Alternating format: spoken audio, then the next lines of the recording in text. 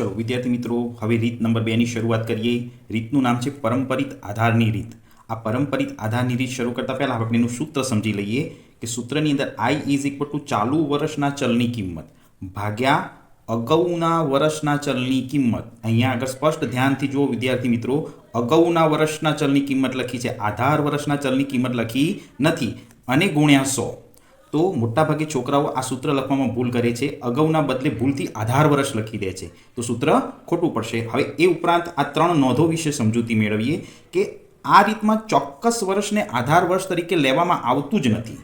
एटले अहींया आगळ दर वर्षे आधार वर्षनी किंमत बदलाती रहे छे। एटले बीजी नोंध लखी छे, जे वर्षनी गणतरी करता होईए तेना अगाउना वर्षने ज आधार वर्ष तरीके लेवामां आवे छे। એટલે દાખલા તરીકે મેં અહીંયા લખ્યું છે 2014, 2015 અને 2016।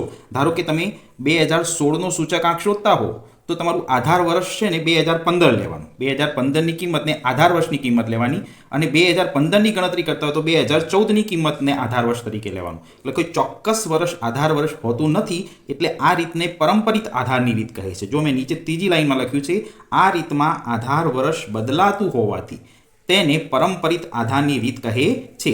આપણે અગાઉ અચલ આધારની રીત જોઈ, એમાં દર વર્ષે આધાર વર્ષમાં એક જ સરખી કિંમત લખતા હતા।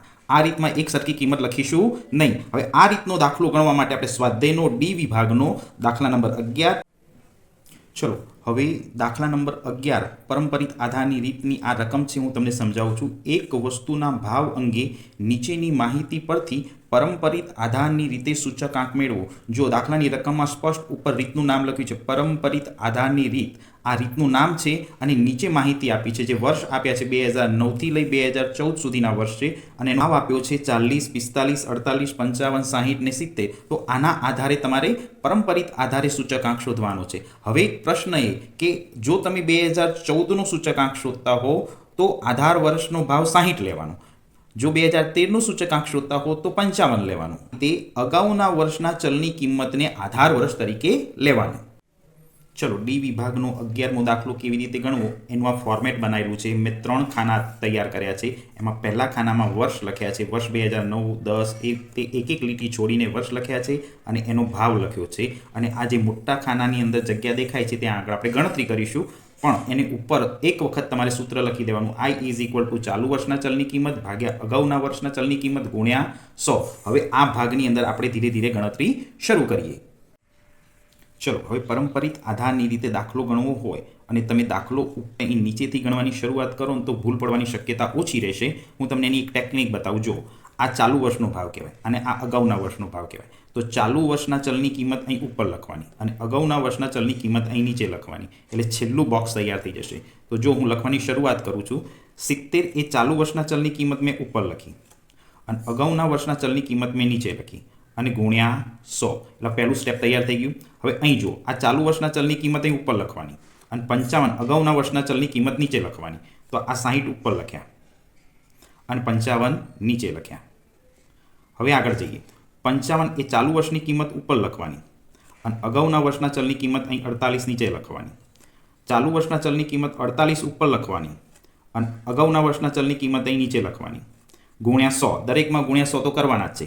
આ ચાલુ વર્ષના ચલની કિંમત 45 ઉપર લખી અને અગાઉના વર્ષના ચલની કિંમત નીચે લખી, ગુણ્યા 100। હવે જે છે કામ અહીંયા આગળ સમજવાનું છે। અહીંયા ચાલુ વર્ષના ચલની કિંમત આપણી પાસે 40 છે, પણ એના અગાઉના વર્ષના ચલની કિંમત નથી, તો માની લેવાનું કે એ 40 જ અગાઉના વર્ષના ચલની કિંમત હશે, એમ માનીને અહીં 40 લખવાના અને ગુણ્યા 100। તો સૌ પ્રથમ આ રીતનું કામ તૈયાર થઈ ગયા પછી જ કેલ્સી પકડવાનું અને બધાના ગુણાકાર કરીને અહીંયા જવાબ મૂકવાના। આગળ છેદ ઉડાવવાની શરૂઆત કરીએ। જો આ 40 સરખા છે એટલે કટપ્પા થઈ ગયા, છેદ ઉડી ગયા, તો જવાબ ખાલી શું આવશે? 100। અહીંયા આગળ પહેલા વર્ષનો સૂચકાંક હંમેશા 100 આવ્યો।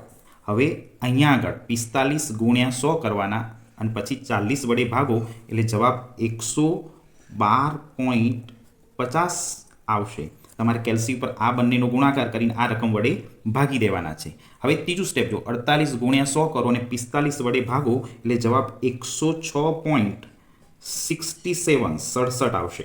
હવે એ જ રીતે અહીંયા 55ની લાઈન પકડીએ તો જવાબ આવશે 114.58। હવે આ રીતે તમે આગળ 60 ગુણ્યા 100 ભાગ્યા 55 કરો તો જવાબ 109.09 આવશે। છેલ્લે 70 ગુણ્યા 100 કરો અને 60 વડે ભાગો તો જવાબ 116.67 આવશે. અહીંયા આગળ તમારો દાખલો આ પૂરો થશે.